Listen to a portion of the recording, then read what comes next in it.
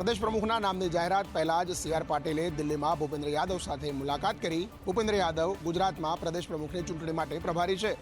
ગુજરાત ભાજપના નવા પ્રદેશ પ્રમુખના નામોને લઈ અનેક ચર્ચાઓ ચાલી રહી છે। તે વચ્ચે હાલના પ્રદેશ પ્રમુખ અને કેન્દ્રીય મંત્રી સી આર પાટીલે દિલ્હીમાં ગુજરાત ચૂંટણીના પ્રભારી અને કેન્દ્રીય મંત્રી ભૂપેન્દ્ર યાદવ સાથે સૌજન્ય મુલાકાત કરી હતી। કહેવાય છે કે ગુજરાતના નવા પ્રદેશ પ્રમુખના નામ અને સાથે તેને જાહેરાતના સંદર્ભમાં તેમની સાથે આ મુલાકાતમાં ચર્ચા થઈ હોવાનું માનવામાં આવી રહ્યું છે। કેન્દ્રીય નેતૃત્વ તરફથી ભારતીય જનતા પાર્ટીએ તમામ રાજ્યો માટે એક ચૂંટણી અધિકારીની નિયુક્તિ કરેલી છે, જે ચૂંટણી અધિકારી જે તે રાજ્યમાં જઈ નવા પ્રદેશ પ્રમુખના નામ અંગેની જાહેરાત કરશે। ગુજરાત માટે ભૂપેન્દ્ર યાદવને જવાબદારી સોંપવામાં આવેલી હતી। ગુજરાતમાં નવા પ્રદેશ પ્રમુખના નામોને લઈ ઘણા સમયથી ચર્ચામાં છે। જો કે પાર્ટીની નીતિ પ્રમાણે ચૂંટણી અધિકારી ગુજરાત આવી અને નવા પ્રદેશ પ્રમુખના ફોર્મ ભરાવશે અને ત્યાર પછી આ નામ વેજલપુરમાં રહેતા લોકો પર એક મોટી આફત આવી પડી છે।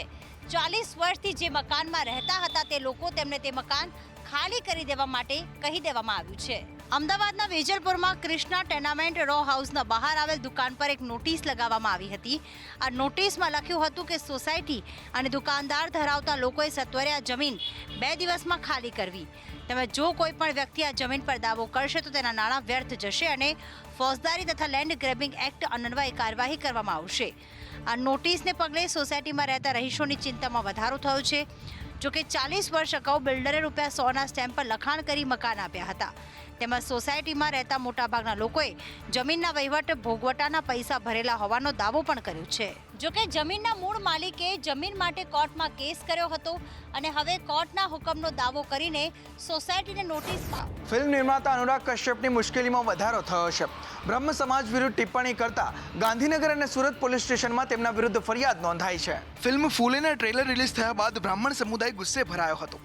તેમણે ફિલ્મ મેકર પર બ્રાહ્મણોની છબી ખરાડવાનો આરોપ લગાવ્યો છે।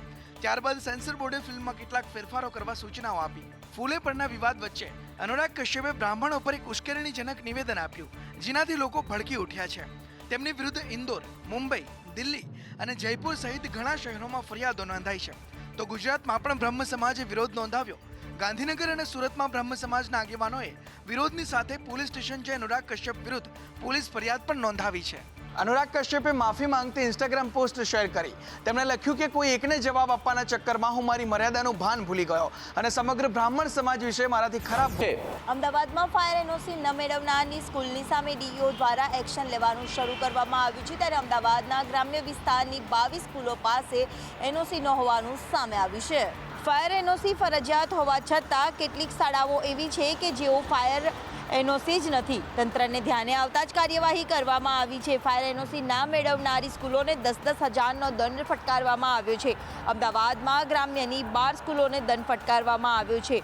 જો કે ટૂંક સમયમાં એનઓસી નહીં મેળવવામાં આવે તો માન્યતા પણ રદ કરવા ડીઈઓએ મક્કમ થયા છે। કઈ શાળાઓ પાસે ફાયર એનઓસી નથી તેની વાત કરીએ તો બાવળાની 1, ધંધુકાની 4, માંડલની 3, સાણંદની 3, વિરમગામની 2, દસકોઈની 2 અને ધોળકાની 4 સ્કૂલો પાસે ફાયર એનઓસી નહીં હોવાનું સામે આવ્યું છે।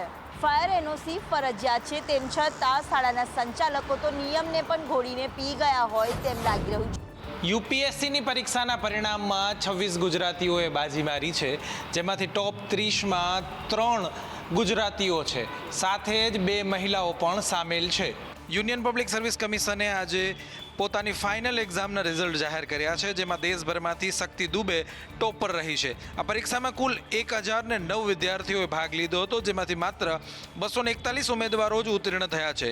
યુપીએસસીની આ વખતની પરીક્ષામાં ટોપ 30માં 3 ગુજરાતીઓએ બાજી મારી છે, તેમાં પણ ટોપ 5માં 2 ગુજરાતી મહિલાઓ સામેલ છે। આ યાદીમાં વડોદરાની હર્ષિતા ગોયલ બીજા ક્રમે આવી છે અને ચોથા ક્રમે માર્ગી શાહ ઉત્તીર્ણ થઈ છે, જ્યારે 30મા ક્રમે પંચાલ સ્મિત ઉત્તીર્ણ થયો છે। યુપીએસસીની પરીક્ષામાં દેશભરમાંથી 241 ઉમેદવારો ઉત્તીર્ણ થયા છે, જેનો આગામી 15 દિવસમાં